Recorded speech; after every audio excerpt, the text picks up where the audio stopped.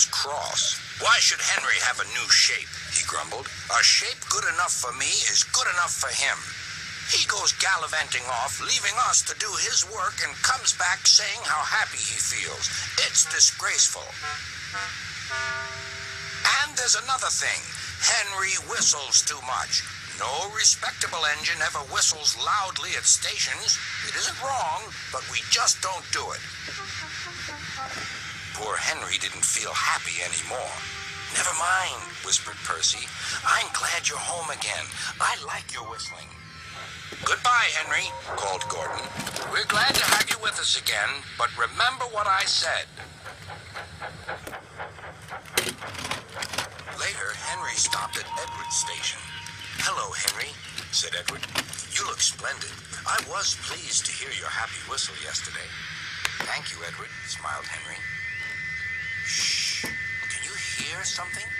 "It sounds like Gordon," said Edward. "And it ought to be Gordon. But Gordon never whistled like that."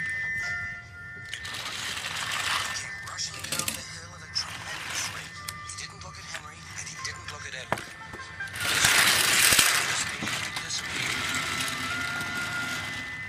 "Well," said Edward. "It isn't wrong," chuckled Henry, "but we just don't do it." And he told Edward what Gordon had said.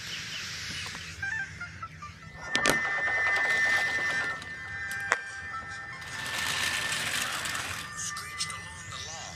The noise was awful.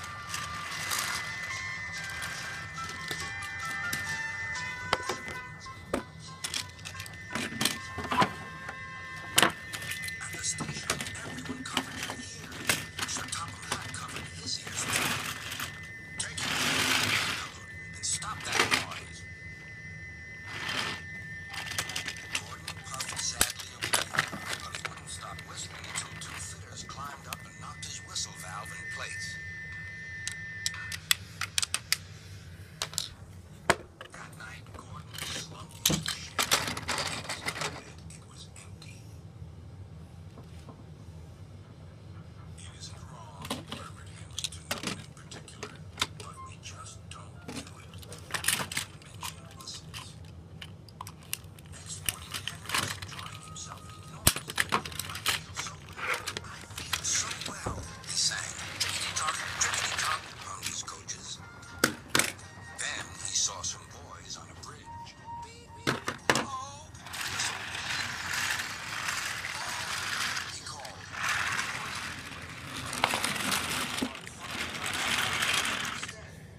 "They've broken our glass! They've broken our glass!" cried the coaches. The passengers weren't hurt, but they were cross. "Call the police." "No," said the driver. "Leave it to Henry and me." "What will you do?" they asked. "Can you keep a secret?" "Yes, yes."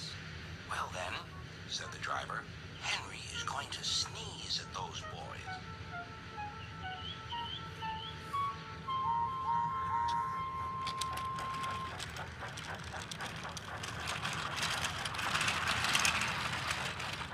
Lots of people were waiting at the station just before the bridge.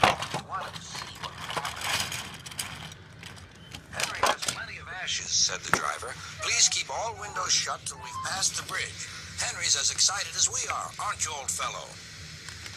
Henry felt more stuffed up than excited. Soon he could see the boys, and they all had stones. "Are you ready, Henry?" said the driver. "Sneeze hard when I tell you. Now."